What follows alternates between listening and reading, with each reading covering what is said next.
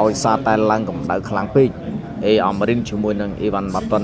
បានដាក់ខ្សែក្បាត់ម្នាក់មួយខ្សែតែម្ដងយើងមានការប្រកួតលក្ខណៈមិត្តភាពគុំខ្មែរសហរដ្ឋអាមេរិក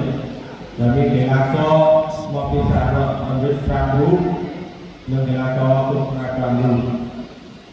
ក្នុងនោះខ្ញុំសូមបញ្ជាក់ជូនទៅបងប្អូនសហព័ន្ធមានជំនុំជម្រះគុំខ្មែរបងប្អូនទាំងអស់បានទៀតថាការប្រកួតនេះគឺការប្រកួតដែលតាមទៅជាទីថតនៅក្នុងវិទ្យាកម្មរបស់យើងមិនមានការប្រកួតដណ្ដើមតែបាត់ទេប៉ុន្តែដោយសារតែ event មួយតនហើយនៅវារៀងគាត់ឡើងកម្ដៅខ្លាំងពេកគាត់ទៅដល់ខ្លាំងពេកសម្រាប់សូមឲ្យការប្រកួតជាការប្រកួតដ៏ពិសេសដណ្ដើមខ្សែក្បាត់អញ្ចឹងយើងសម្រាប់ចិត្តហើយក៏បានពិភាក្សាជាមួយនឹងលោកនាង Warner ដែលយើងដាក់ខ្សែក្បាត់ម្នាក់មួយខ្សែក្បាត់ WCK ឬខ្សែក្បាត់ IPC គុណខ្មែរចំពោះគូ event មួយតនហើយនៅនេះវិញអ្នកដែលប្រកួតគ្នានឹងយកខ្សែក្បាត់ទាំងពីរជារបស់ខ្លួនតែម្ដងហើយក៏ចូលរួមសោកស្ដាយដោយមានកីឡាករ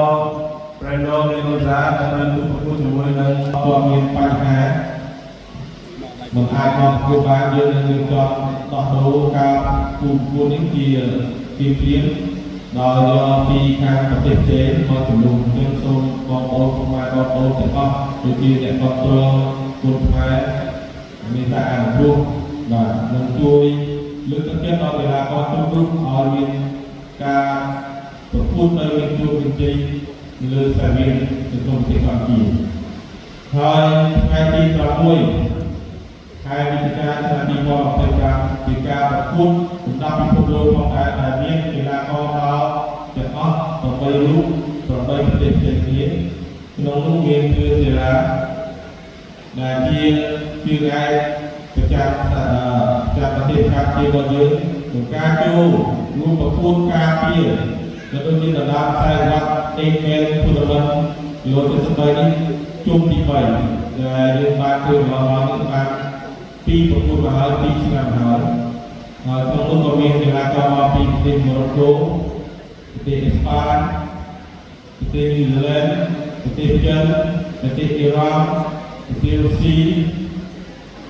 បាទទាំងអស់8ប្រទេសដែលបានមកចូលរួមប្រកួតនៅក្នុង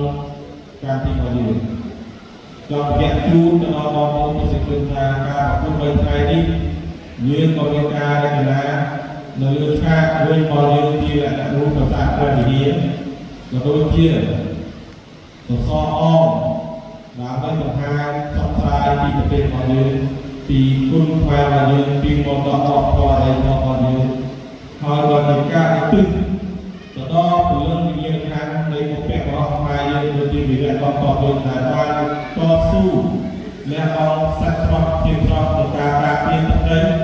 ការពារព្រំទោសេនាការពារទឹកដីប្រជាជនរបស់យើងឲ្យគង់វង្សដល់ពេលនេះហើយសូមឲ្យបងប្អូនប្រជាជនទាំងអស់រួបរวมគ្នាលើកទឹកចិត្តកីឡាករក៏ដូចជា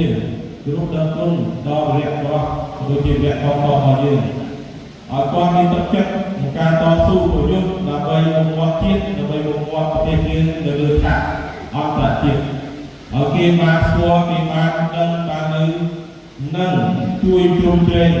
គាំទ្រទៅលើប្រទេសរបស់យើងគាំទ្រអភិរក្សទៅលើប្រទេសរបស់យើងហើយសូមឲ្យកីឡាករគុណខ្មែរទាំងអស់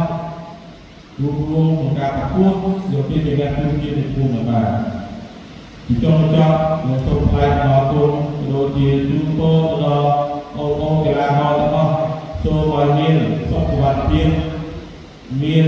ស្មារតីរឹងមាំក្នុងការប្រកួតនៅថ្ងៃទី4ទី5ទី6នេះយកជ័យជំនះទៅប្រទេសមានកំពុងលេងរួមផងដែរសូមអរគុណបាទអរគុណបាទជំរាបប្រសា